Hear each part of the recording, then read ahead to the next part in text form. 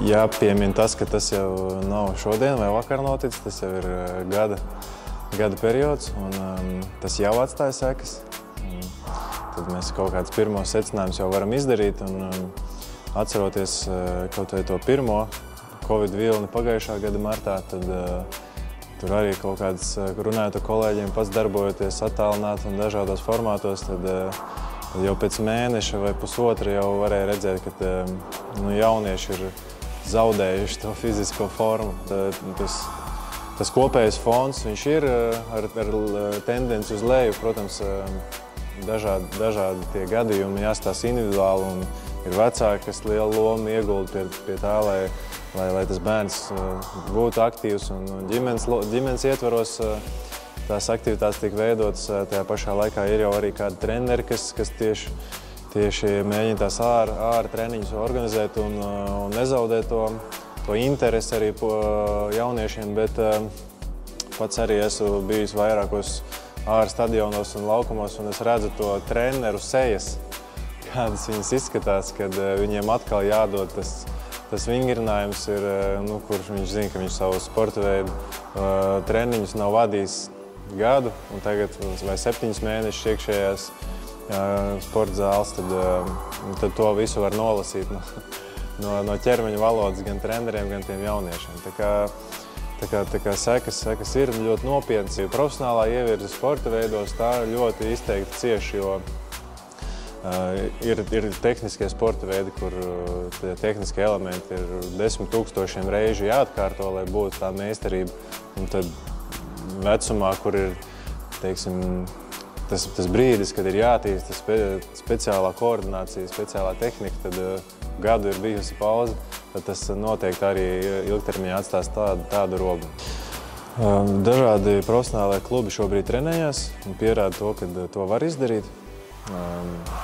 Tajā pašā laikā ir pieejami arī varbūt mazāk precīzi, bet ekspresa testi. Un ne visiem varbūt nevajag potēšanas pasi vai Covid pasi līdzi, lai kaut kas varētu notikt.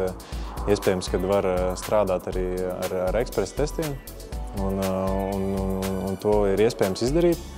Un tādu veidu, piemēram, piekdienas, sestdienas, svētdienas mini nometnes taisot, kur tiešām varbūt neiziet ārā no tā mazā burbulīša, kāpēc lai jaunieši to nevarētu darīt, pirms tam nododot ekspresa testus. Ja? Tas ir viens, kā varētu kolektīvāk iespējams strādāt, bet kas attiecās par individuālo darbu, tad tur neredzu argumentus, kāpēc iepriekš mūsu kolēģi arī saka to faktu, ka uz 400 kvadrātmetriem kāpēc nevarētu būt kaut vai 4 cilvēki. Katram būs 100 kvadrātmetri. Un katrs halas īpašnieks ir pietiekoši saprotošs un var noorganizēt to, lai negaida vecāki tur vienā vietā aiz stikla neskatās un nodrošināt plūsmu un distanci un vispārējo. Es domāju, par to jau ir runāts un tie ierosinājumi jau ir doti, bet varbūt jāsāk vienkārši mēģināt. Nekādu īpašo pētījumu mēs neesam veikuši, nec dēsadošanā, nec hokejā, bet es domāju, ka katrs treneris savā treniņu grupā ir sapratis, ka tie, kuri bija ar kaut kādu tādu nelielu, bet tomēr atkāpīti, jānākt, ja tomēr nenākt, tad šis ir vēl viens liekais faktors, kas iedod papildus motivāciju pateikt nepriekš, kam tas vajadzīgs.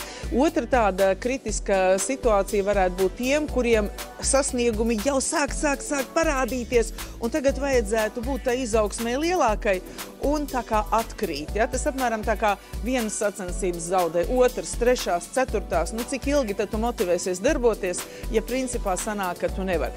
Vismazām jušanās, darbošanās komandā, saprast, just savus saspēles partnerus, emocionāli gan viņus sekmēt, gan arī no viņiem uzlādēties. Tas būtu nepieciešams, jo pārāk ilgi jauniešiem emocijas mainās ļoti ātri, bet ja ilgstoši nav bijis šis pozitīvo emociju dopings no sadarbības, no saliedēšanās, no savstarpējā atbalsta, pie tam tas ir klātienē, ka tu redzi, būs grūti atjaunoties.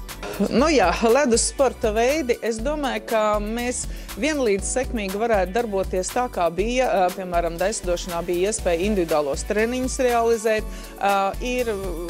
Ja sacensības ir tāds secīgs starts, nav visi kopā, tad vispār ir viens cilvēks uz pilnā laukuma, 60 x 30, 1800 kvadrātmetru vienam.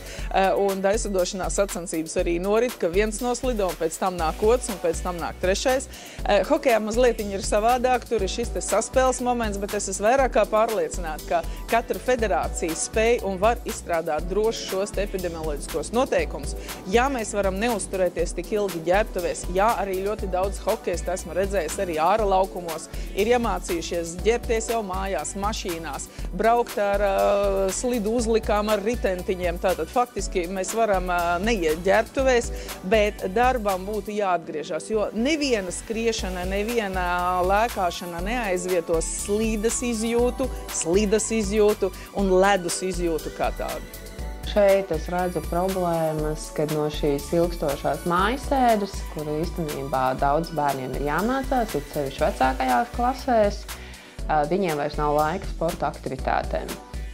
Un līdz ar to, ja viņi iepriekš ir aktīvi nodarbojušies ar sportu, un šobrīd tas tiek pārtraukts, tad es savā praksē novēroju, kad sākās liekā svara problēmas.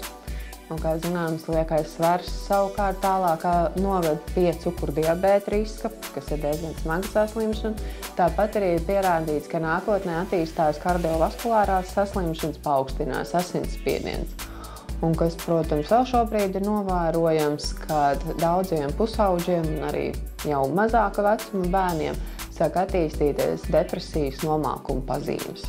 Protams, tas ir diezgan bēdīga situācija, jo tie bērni, kas ir pieraduši regulāri sportot, un sevišķi arī profesionālā līmenī, viņa ķermenis jau ir uztrenēts, viss organisms jau ir pieradis pie regulārām sporta aktivitātēm.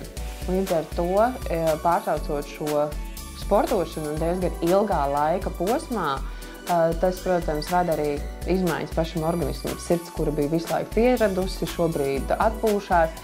Es domāju, kādas vēl būs tās sekas, kad viņiem būs atkal jāatsāk sportot. Arī to mēs vēl redzēsim tikai pēc tam. Jā, es arī par to, ka noteikti vajadzētu atsākt šos treniņus. Vairāk es būtu pret šiem skatītājiem, un arī, ja mēs arī aizvedam šos bērnus trenēties, nevis vecākiem stāvēt aiz borta, ja mēs runājam tieši par hokeju un mācīt dzīvot, bet iet pastaigāties un atļaut trenerim veikt savu treniņu un mācīt šos bērnus. Tieši hokejā, kur viņš var būt? Ģērbtuvēs varētu būt, ja mēs tieši runājam par šo Covid, kur varētu inficēties, bet daudz vecāki ir gatavi arī saģērbt tev bērnu hokeja formā, pievest pie halles un pēc tam viņu savākt. Un šis ekipējums diez vai viņi tur tik ļoti sevi viens otru inficēs. Pie tam vēl šis ierobežotais skaits, es domāju, ja tiks ievērots, jā, varbūt sanāks trenerim vairāk strādāt, nebūs vairs šie lielas komandas, kur būs par mazākām grupiņām, bet noteikti to atļaut, jo bērna fiziskā veselība un emocionālais stāvoklis, man liekas, šobrīd ir jāliek kā noteicošais, kā pirmais faktors, nevis aizliegt šo trenēšanos.